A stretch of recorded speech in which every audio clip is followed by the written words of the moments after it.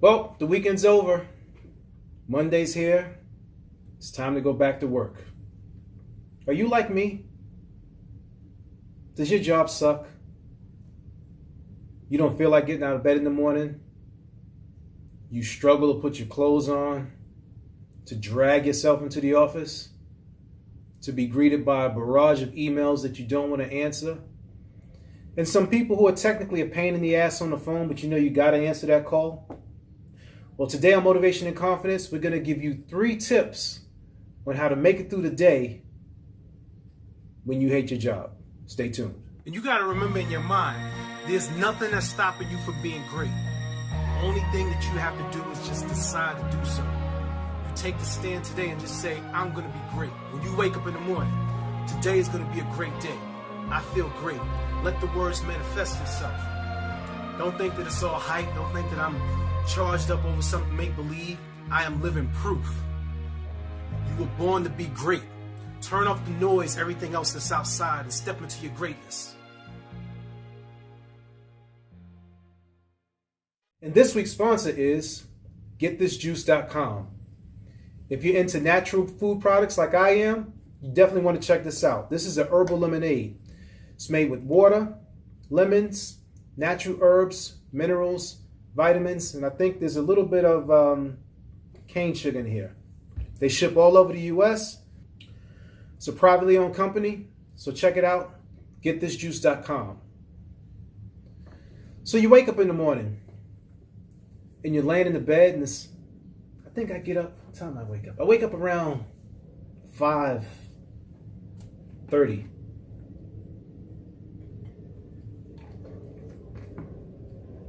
And when I first wake up, I have to lay there for a good 30 minutes. Now, you're already dreading your day. You're saying like, man, I don't feel like waking up this early. Tired. But even if you're not tired, just mentally you don't feel motivated to start your day, to go to that job. Whether or not it pays well is irrelevant.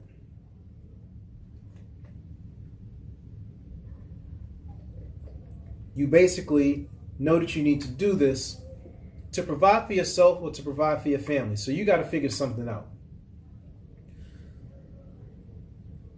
So I don't know what your morning routine is, but I like to start my morning routine with something to read. I always start my day with some positive words, some Napoleon Hill, some James Allen, something like that.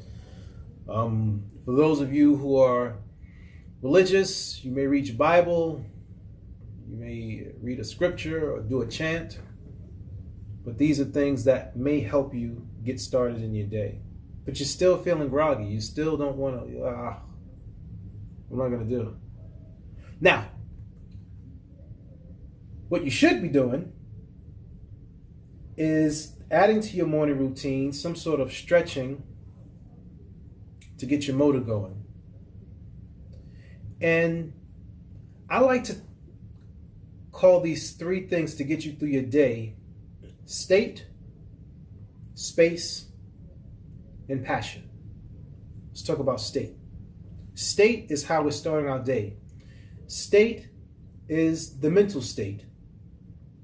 So you already know in your mind that this is something that you don't want to do. So you have to put yourself in a frame of mind of what matters most. You want to eat, don't you? You don't want to be out on the street. And we're not talking about wanting to live in excess or greed. We're just talking about just to maintain, just to get through the day. And how are you going to do that? But you have to prepare yourself mentally. You have to have that little drive within you that says, this is something that I need to do, even if you don't want to do it. And I'm pretty sure that that's what gets most people through the day most of the time. Now, for those of you who've tuned into the podcast, I always talk about the importance of self-care. And self-care is also a part of stretching, shaving, grooming yourself. But you're probably listening to this like, I really don't give a crap if it's for a job that I don't want to go to. But you should, and here's why. Because the more care that you take care of yourself internally for your state, the better outlook you'll have going into your day. So when people say dress for success, you know, some people may be like, oh, that's a crock or whatever. No, when you look good, you feel good. So you want to make sure that you're putting the time into yourself to make sure that you are looking your best before you step out the door. I found over the years that you should always get your clothes prepared the night before, because the last thing you want for a job that you don't really care to do is to get up in the morning and try and decide on what it is that you want to wear. Because then you can't find the right shirt, then you can't get the shoes. A real simple one with me is like, I like wearing shirts with collar stays. And if I don't lay those collar stays out on my cufflinks in the morning when I'm trying to look for it, I'll waste a good 10 minutes and it just kills my morning. And then I'm kind of pissed off, like, why did I just waste 10 minutes looking for collar stays? And then it has to be the right size, and then you want to match your cufflinks with your watch. I mean, this is if you really give a crap, but you could wear a barrel cuff shirt for all I care with a button in it, you know. But it's just taking the time to prepare yourself so that you're not spending unnecessary time on things that make no sense. If you prepare your own lunch, make sure you prepare it the night before. Again, you don't want to try and get up in the morning and rush and pack and do all these things. You want your mornings to be as smooth as possible. Smooth. Yeah, you want it to be really smooth. You don't want to have a whole lot going on to where you're trying to rush and do 60 different things. What happened to my laptop? Okay.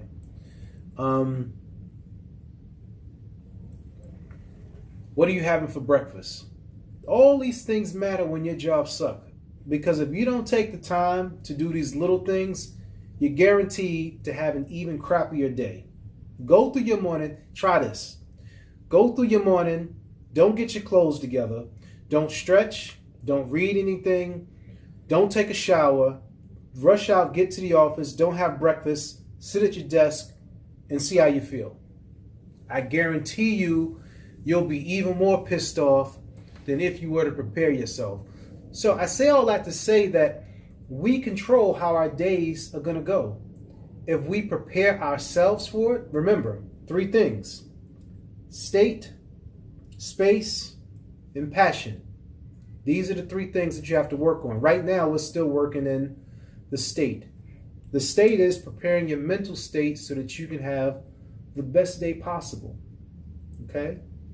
So you've gone through your routine. You're going to get you a breakfast, something that's not full of sugar, right? Because sugar's going to give you a rush and then you're just going to crash. You want to start with a nice grain, oatmeal, porridge, whole grain pancakes, I don't know, whole grain muffins, some fruit, protein. You know, I'm vegetarian, so I don't do, you know, all the other stuff. So, but make sure you get yourself a good breakfast. It's always a good idea to have a big breakfast. Some people resist the fact of having a big breakfast because you're always rushing. But if you give yourself enough time in the morning, or if you have things that are already meal prepped for breakfast, it makes it even easier. Another quick thing that you can do is, if you want to have like a smoothie or a juice, real simple, the night before, you can just put all your fruits and veggies into like a Ziploc bag and throw it in a freezer. Next morning, pull it out, just drop the bag into your blender, put a little almond milk or some orange juice, zip it around. If you want to throw some protein in there, some powder or some almond butter or something like that, it'll be a good thing. And this will give you the energy so that you can do what you need to do. So now, I used to take the train. And here's the crazy part. I don't take the train anymore. I'm lucky enough to walk back and forth to work. But the commute in itself can totally train wreck your day, right? That can totally piss you off before you get to where you're going. You're standing on the train, or before you even get to the train, right? There's somebody at the turnstile that didn't fill a card. The train is coming. You're swiping 2 and 3. They're swiping 2 and 3 times. Their card isn't working, but they're not standing to the side. You want to get past. You miss your train. So now you're already pissed off, right? Because this person is in your way. You finally make your way through the turnstile. In every train that comes, it's packed back to back. And you're like, I got to get on this train, because if I don't, I'm going to be even later for work. So these are the odds that are against you. And we're talking specifically in New York City. I know a large part of this audience is in San Jose, California, but you can also envision a similar type of situation when you're driving. That bumper to bumper traffic, that person that's just in front of you that's just driving Miss Daisy, driving super slow, or the person that's just cutting you off and going crazy. It's the same thing. It's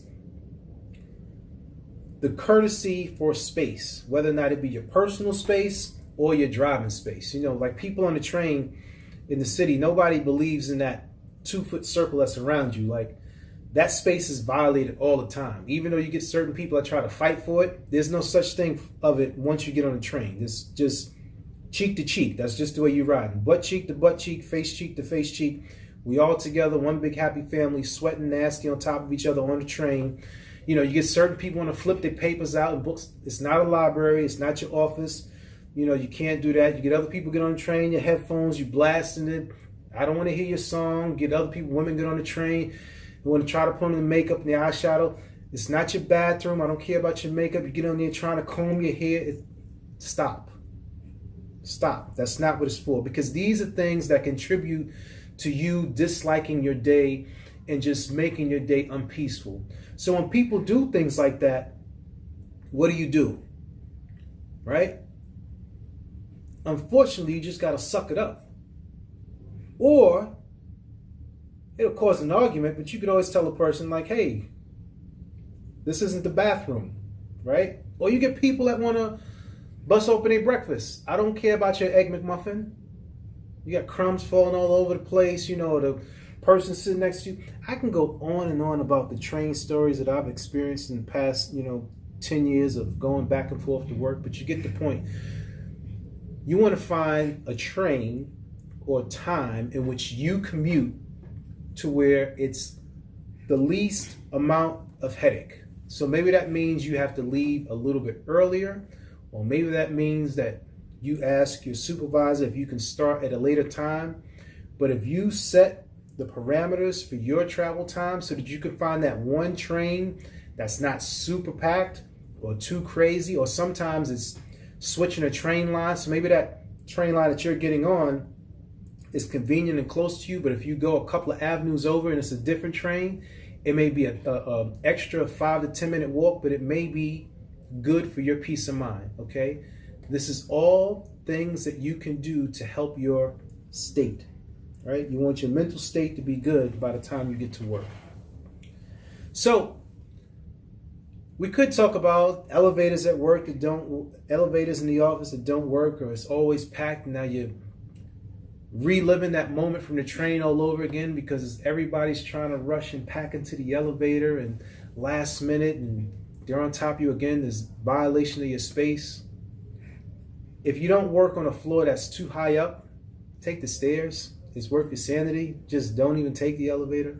These are all things that, can help you with your state before you start the day.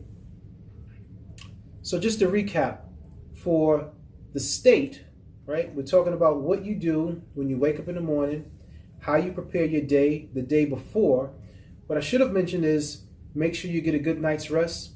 Whatever that minimal amount of time is for you to get your rest. I don't know if it's 6 hours, 8 hours, 9 hours, whatever that is. Make sure that you get that every night consistently so that when you wake up in the morning, you can function at your optimal condition. Because if you don't, and you trying to get it in on like 4 hours because you binge watch Game of Thrones or something like that, and now you train wreck the next day, that's on you. So we're trying to tell you the things that you can do so that your mental state is right for when you're working at a job that you hate. And hate is such a strong word when your job sucks, right? So we're going to talk about space. So I have this, I won't say rule, but this strategy. I love using the word strategy, right? It sounds so fancy for no reason. That you do not open your email before you start your work. Because when you start your day with your email, you cannot plan your day effectively, and you're constantly trying to solve other people's problems because you're gauging your day based upon the latest email that is coming, or that email with the exclamation point that's high priority. That personally, I ignore those because I treat every email with high priority. So just because you put that little tick on it, I'm not gonna like this. Sorry, that's just me personally, right? You get to your desk, plan your day, take a Post-it, sheet of paper. What are some things you need to knock out? You can only plan half your day, so plan half your day. Email should be something that's later on in the day, 10:30, 11 o'clock, even noon. Now you can go through it and knock those things out. But what does your space feel like? What does your space feel like when you reach your office? Because that's going to also roll with your day. So if you're in a cubicle or if you're in an office, have you taken the time to create a space of peace, creativity, and productivity for your daily routine? Do you have pictures of your family? Do you have plants? Do you have a dish with coins? Do you have artwork from your kids? Do you have toys? Do you have pictures of times when you went on vacation? You create the space, because now once you're in this space, it's almost like your serenity, okay? And for people who work in spaces where it's cubicles or it's sort of like classroom style, even the space that is directly in front of you, you can organize just that little bit of space, even if it's just like a desk, like a tiny school desk. You can have little objects that you place on that desk on a daily basis. Like you can go into your bag and pull out that little picture, that little trinket. You know, you can get a stone if you're into that type of stuff, the energies. You can get oils, just little things that you can do to put into your space. One thing that I'm very big on in the office is music. You know, if you have a space where they will allow you to play music, you know, in the background, is kind of cool. Put on some soothing, productive music. Don't put on the turn up music. Because if you put on the turn up music, what's going to happen is when that person sends you that email or calls you on the phone and you've been listening to, I don't even know, but you pumped up now from listening to that song, you're going to tell that person basically, you know, some unkind words. So you don't necessarily want to have that kind of music on. I say, don't do it before 3 o'clock. Sometimes, you know, you're winding down toward the end of the day. Save your turn up music for like after 3. Now, take a step back. If you want to do your turn up music before you get into the office, because now you're trying to get, you know, you're getting your engine flowing, and we talking about to the States, so now you got your song playing when you're in the bathroom, when you're working out. Yeah, do that. That's all good. When you're commuting back and forth to work, whether it be on the train or in your car and you got your turn up music, yeah, do that. But once you hit your space at work, wow, it got to be some classical music, some jazz, some opera, some soul, some country, something. Some alternative, some Hall & Oates, I don't know. Boy George, you know, something cool to keep you nice and mellow, because we're talking about getting through a day, getting through the day when your job sucks. So you planned your morning, you made sure that your space was peaceful, serene, and productive to you, and now you have your tasks. And, you know, maybe some people are not highly organized, and this may sound to the individuals who are highly organized. Of all of these things that it sounds as if I'm rambling, if you can just pick one of those things and try to apply it and see what happens, you know. I'm going to go off on a tangent right quick on a side note. So there's this janitor that's been working at the company that I'm at now for over 40 years. And every time I see him, he is so happy. And I always said to myself, like, man, why is he so happy? And I asked him. He said, you know, if I want to, I can retire right now. Like, I don't even need to come to work. But he said, what am I going to do at home?